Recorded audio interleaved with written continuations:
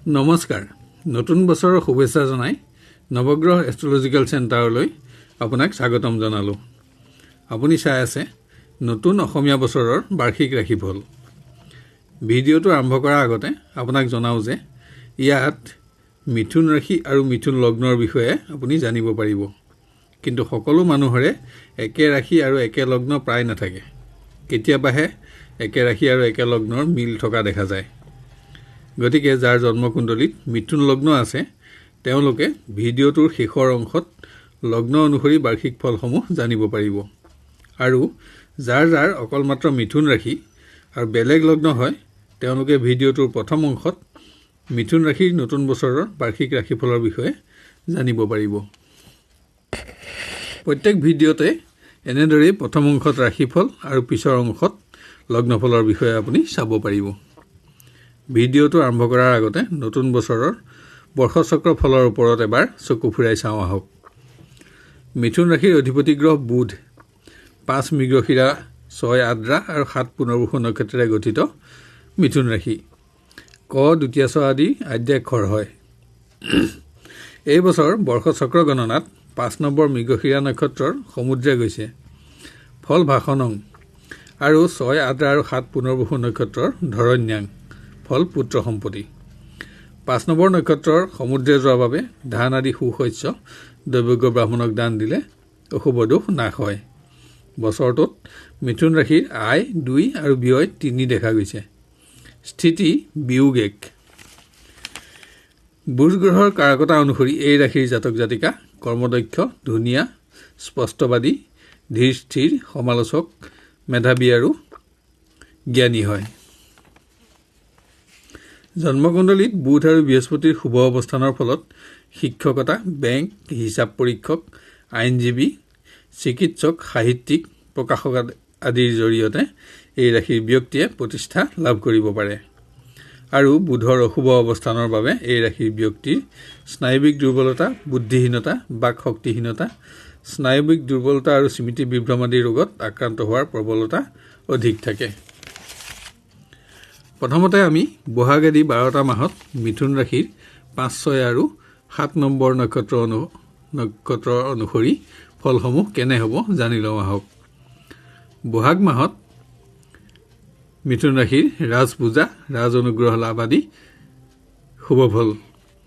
জেঠ মাহত 5 আৰু 6 নক্ষত্ৰৰ ৰাজ পূজা আদি শুভ ফল প্ৰাপ্তি আৰু 7 নক্ষত্ৰৰ অপমান আৰু মৃত্যুতুল্য কষ্ট।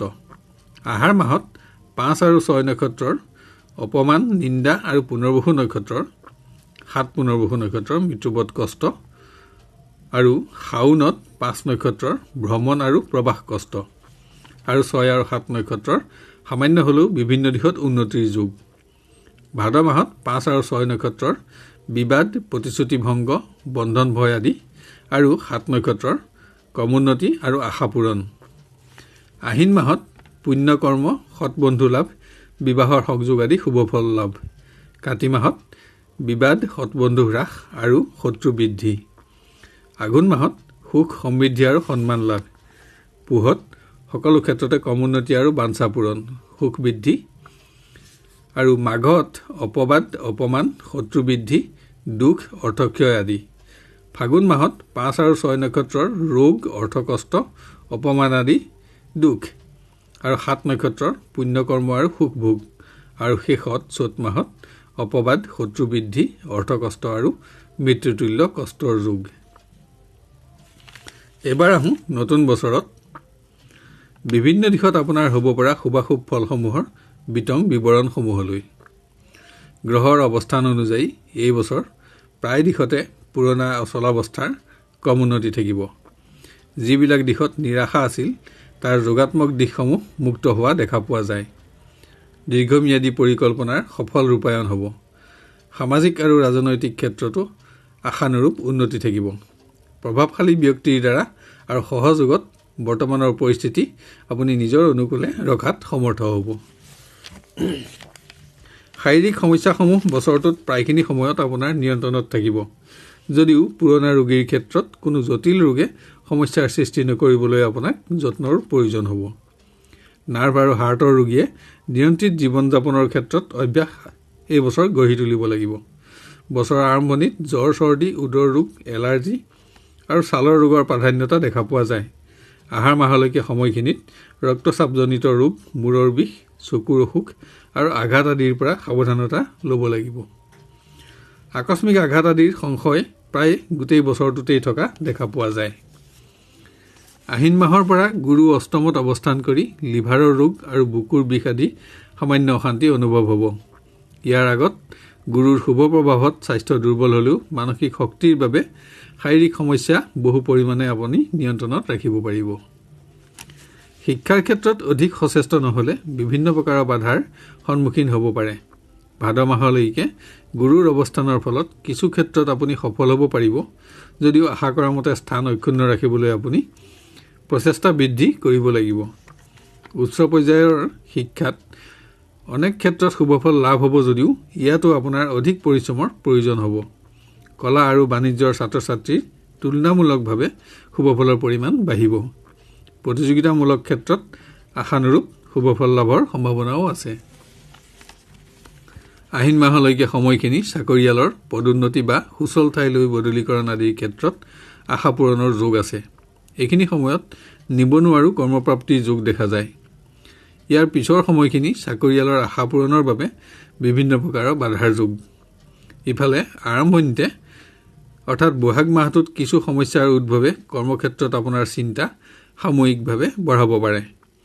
আহিনৰ 15 তাৰিখলৈকে নিবনুৱাৰ কিছু ক্ষেত্ৰত শুভফল পোৱাৰ যোগ আছে। লাভ লাইফৰ ক্ষেত্ৰত বছৰৰ আৰম্ভতে বুধৰ অৱস্থান অশুভ হ'লেও গুৰুৰ অৱস্থান ভাল হোৱাৰ বাবে আপোনাৰ শুভাশুভ মিশ্ৰ ফল লাভ হ'ব। কিন্তু বুধৰ বাবে মিছা অপবাদ প্ৰচাৰ, অবাবত পৰস্পৰৰ মাজত সংঘাত, মনোমালিন্য আদিৰ বাবে যাতে বিচ্ছেদ নহয় তাৰ প্ৰতি আপুনি সাৱধানতা ল'ব লাগিব। জেঠ মাহলৈকে অপমান আৰু সন্মানহানিৰ কাৰকো আছে। কিন্তু গুৰুৰ বাবে আহিনৰ মাজভাগলৈকে বিবাহৰ সংযোগ, পাত্ৰ পাত্ৰীৰ সন্ধান লাভ হ'ব আদিত অগ্ৰগতি থাকিব আৰু সমস্যা সমাধান হ'ব। এইখিনি সময়ত পাৰিবাৰিক পৰিৱেশো ভাল থাকিব। কিন্তু আহিনৰ পিছৰ অংশৰ পৰা পাৰিবাৰিক ক্ষেত্ৰতো বা লাভ লাইফতো ভুল বুজাবুজি, দাম্পত্য বিবাদ, বিবাহ সম্পৰ্কীয় ক্ষেত্ৰত অপমান বা বিলম্ব তথা বিচ্ছেদ আদিৰ প্ৰতি অধিক সতৰ্ক নহ'লে আপোনাৰ মানসিক অশান্তি বঢ়াৰ আশংকা আছে। পাৰিবাৰিক ক্ষেত্ৰত পুৰণা সম্পত্তি সংক্ৰান্ত সমস্যা এইবাৰ সমাধান হ'ব আৰু নতুন সম্পত্তি, ভূমি, বাহন আদিৰ ক্ষেত্ৰতো আপোনাৰ আশা পূৰণৰ যোগ আছে। সম্পত্তি আৰু আৰ্থিক পুৰণা আইনী সমস্যাও বছৰটোত আপুনি সমাধান কৰিব পাৰিব। ব্যৱসায়ত অনেক নতুন পৰিকল্পনা ৰূপায়ণত আপুনি এইবাৰ সফল হ'ব পাৰিব। নতুন ব্যৱসায় আৰম্ভ কৰিলে বা অংশীদাৰী ব্যৱসায়ো বছৰটোত আপোনাৰ ভাল থাকিব। আমদানি ৰপ্তানি, কিতাপ কাগজৰ ব্যৱসায় ভাল থাকিব। কণ্ট্ৰেক্টৰসকলৰ গোটেই বছৰটোতেই এইবাৰ উন্নতিৰ যুগ। কিন্তু বছৰৰ প্ৰথম 2 মাহ ব্যৱসায় সম্প্ৰসাৰিত কৰা বা নতুন ব্যৱসায়ৰ বাবে ভাল সময় নহয়। প্ৰতিকাৰত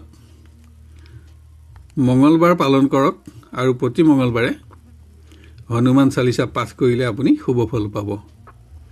মংগল আৰু গুৰুৰ বাবে ৰত্ন বা কৱচ আদিও আপুনি ধাৰণ কৰিব পাৰে বা ৰূপ বা সোণৰ আঙঠি ধাৰণতো আপুনি শুভফল পাব। এইবাৰ আহোঁ মিথুন লগ্নৰ বাৰ্ষিক লগ্নফলসমূহলৈ। আপোনাৰ জন্মকুণ্ডলীত যদি আপোনাৰ মিথুন লগ্ন হয় তেতিয়াহ'লে আপুনি ত্যাগী, ভোগী, ধনী কিন্তু এলেহুৱা আৰু সামাজিক সন্মানীয় ব্যক্তি হ'ব।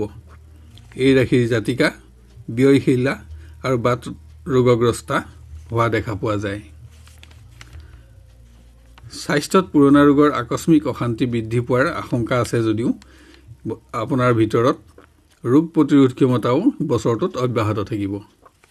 তৎসত্ত্বেও খাদ্যৰ ওপৰত আপোনাৰ মনোযোগ বৃদ্ধিৰো আৱশ্যক হ'ব।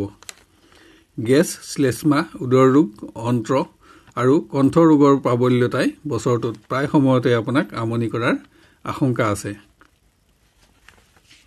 কৰ্মচাৰীয়ে চক্ৰান্তকাৰী আৰু ঈৰ্ষাপৰায়ণ ব্যক্তিৰ শত্ৰুতাৰ বাবে উন্নতিত যাতে বিলম্ব নহয়, ন্যায্য প্ৰাপ্তিত যাতে বিলম্ব নহয় তাৰ প্ৰতি আপোনাৰ সতৰ্কতাৰ প্ৰয়োজন হ'ব।